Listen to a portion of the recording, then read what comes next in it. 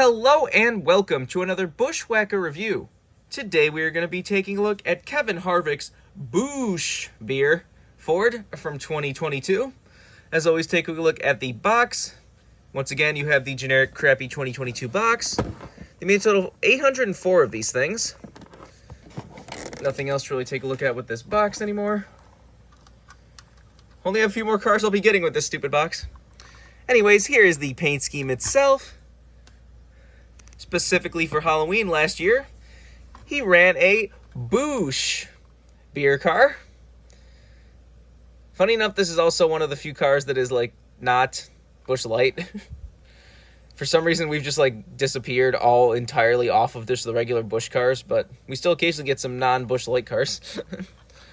I don't think there was any cans or anything to go along with this car. It was just a cool, fun paint scheme for the Halloween weekend at Martinsville in the fall. I'm glad that somebody else is finally, doing some sort of a Halloween car. Now that, M&M's is gone, we're not going to get the Halloween M&M's cars every year, so hopefully this means that Busch is going to run a Halloween car every year. I would hope he runs one in with Harvick's final year, that we get another cool paint scheme, because this paint scheme is just beautiful. This is one of my favorite Busch cars ever, I think. Like, so much detail. It looks fantastic, and just the fact they changed their name to BOOsch is just hilarious. But anyways, let's get down to sponsors. On the hood, you have BOOsch, and then it says beer with quotation marks around it. It says, definitely haunted, and Anheuser-Busch St. Louis. Is that really fun? I love when sponsors have fun with their cars. Like, this is why I collect Busch beer cars, because they're one of the most fun sponsors now. Like, them and M&M's, now the Mars is gone. Like, this is all we have anymore. Hopefully they keep, like I said, there's rumors that they're going to go to Chastain next year. See if that comes through. I hope they do sponsor a driver that's popular enough that gets all these cool paint schemes made, because if they sponsor somebody like, some random driver like Harrison Burton or something, then obviously they're not, most of the cars are going to DNP. But anyways, back to the sponsors. On the side, you have BOOsch again. Got Subway, Pristine Auctions, and Hunt Brothers Pizza down there. Mobil 1 in front of the rear wheel. As I've shown before, you do have a whole, spooky graveyard, got a full moon, got bats flying, tombstones, a spooky dead tree, like everything. And it's just really well detailed. Has like an orange glow. You have like orange blood dripping from the roof of the car. So there's also a spider web around the logo and on the roof and everything. Just a really cool paint scheme. On the C post, you have Gear Wrench, and on the B post, you have Ford, Mobil 1, Haas, Hunt Brothers Pizza, and Rush Truck Centers. You see it has his daughter's name, Piper, above his name. I assume she just wrote that in with a Sharpie or something. That's a nice detail, too. Has the 2 winner stickers from Michigan and Richmond. Has your regular contingencies and such up front. On the back, you have just regular Busch Light, but in orange. I know, same thing on the deck lid. I don't know why they didn't put BOOsch there, too, but whatever. I guess because the BOOsch is regular Busch, not Busch Light. I don't know. Anyways, got the Ford Michigan license plate. Got more grass and, that orange glow and stuff on the back. Mobil 1 and 4. Got Busch Light with some ghosts around it on the deck lid. Mobil 1 on the roof. This is number 556. I wonder who got number 666. That'd be a funny one to have for this car. I wonder if somebody actually has that or it's just out there somewhere. Anyways, got the same stuff down the other side. Take a look under the hood.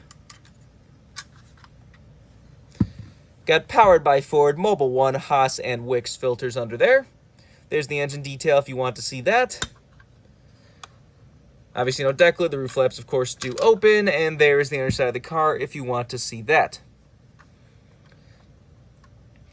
Not a whole lot to talk about a car like this. I don't even remember where he finished in this race. But it's just a really cool paint scheme. And it was really cool to see somebody else do a kind of Halloween-themed paint scheme that isn't just some, there's always a few, like, random, like, truck or Xfinity teams or something that do, like, some random sort of Halloween-y paint schemes, but, like, M&M's was the only, like, main, top name, top driver sponsor that really did, like, Halloween cars every year, so it's really cool that, like I said, hopefully Busch continues to do this.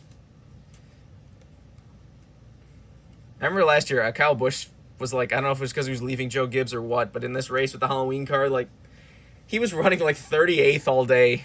He finished like 6 laps down based on speed alone. Like, I remember that was just like, don't know if they were just like, ah, you're leaving, we ain't giving you shit anymore, or what, but...